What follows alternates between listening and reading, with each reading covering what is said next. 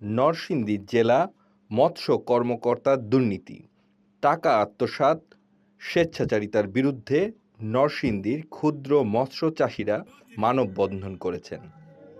অনতিবিলম্বে দুর্নীতিবাজ মৎস্য চাষিদের টাকা আত্মসাৎকারী নরসিংদী জেলা মৎস্য কর্মকর্তা ফয়সাল দ্রুত অপসারণ ও বিচারের দাবিতে মানববন্ধনের আয়োজন করেছে নরসিংদী জেলা ক্ষুদ্র মৎস্যজীবী।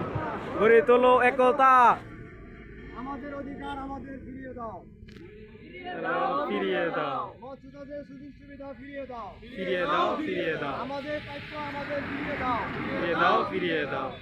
অতীতে যা কিছু হয়েছে সব আমাদের